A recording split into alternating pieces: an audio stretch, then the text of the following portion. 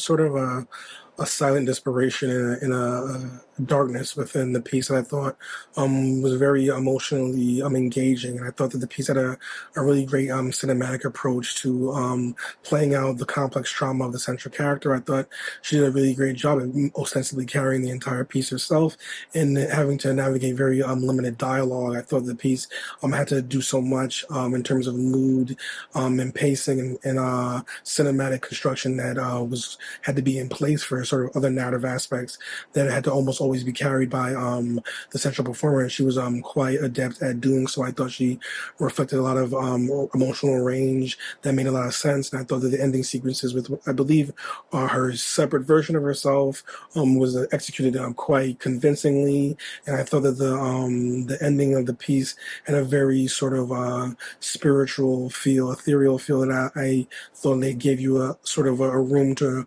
interpret and what has gone on in a way that allows you to sort of become the subject of the piece and see yourself in the piece in a way that I thought was quite effective. And I felt the music in particular really helped contribute to the piece as it used to move. It usually moved between a stark silence and a sort of a quiet rhythm, and I thought worked quite well for the piece. It was really unique. I liked that we kind of are just following this woman.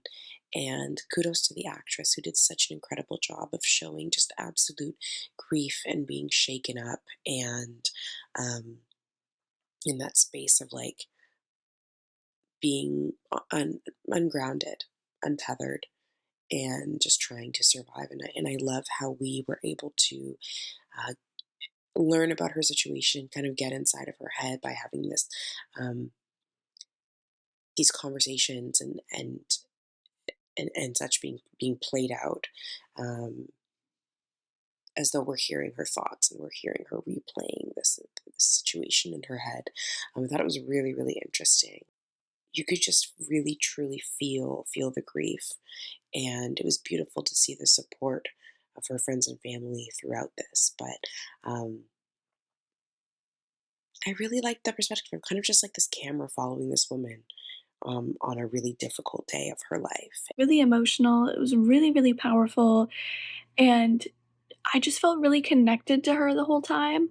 Uh, and she was so expressive, and I just felt like you could really feel and see what she was going through and what she was trying to work through on, this day, obviously. And one of the things I loved most was their use of her like shaky, unsteady breathing throughout the entire thing, and how they kind of let that just be like a sound in the background, but it really added to it. Like emotionally, it really kind of upped the stakes.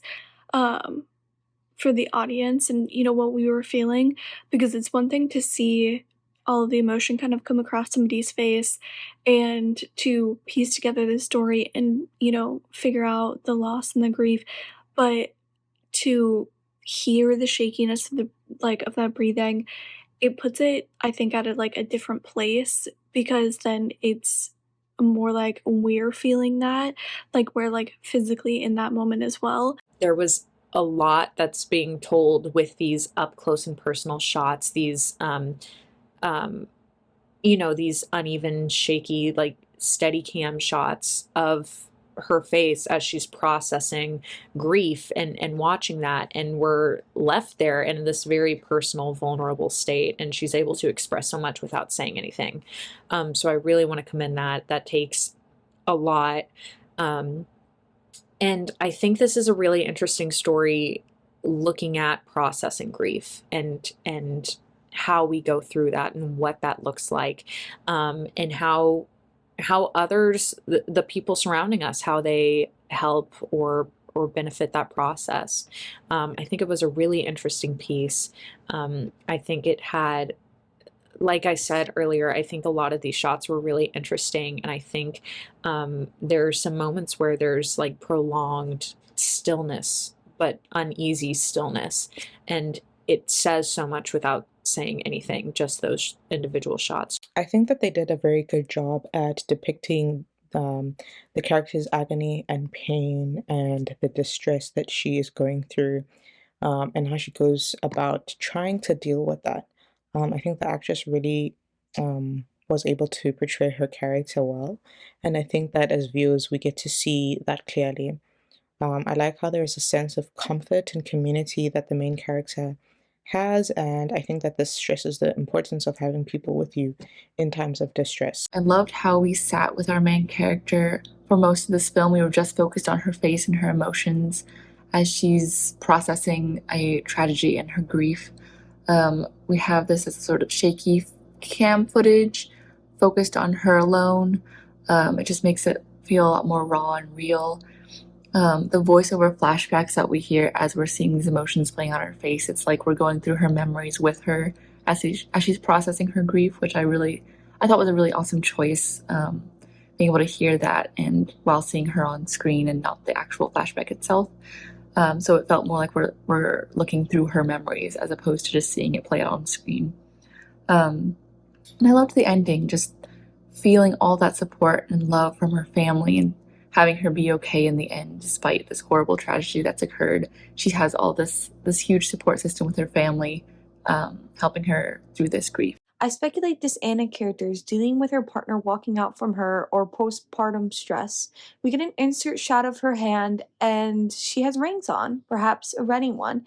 And if that's so, maybe her husband, the man on the phone, died, which would make sense to why she heard things so clearly with him on the phone. I think this is a great way to show mourning and grieving the loss of a loved one, even if not physical but mental.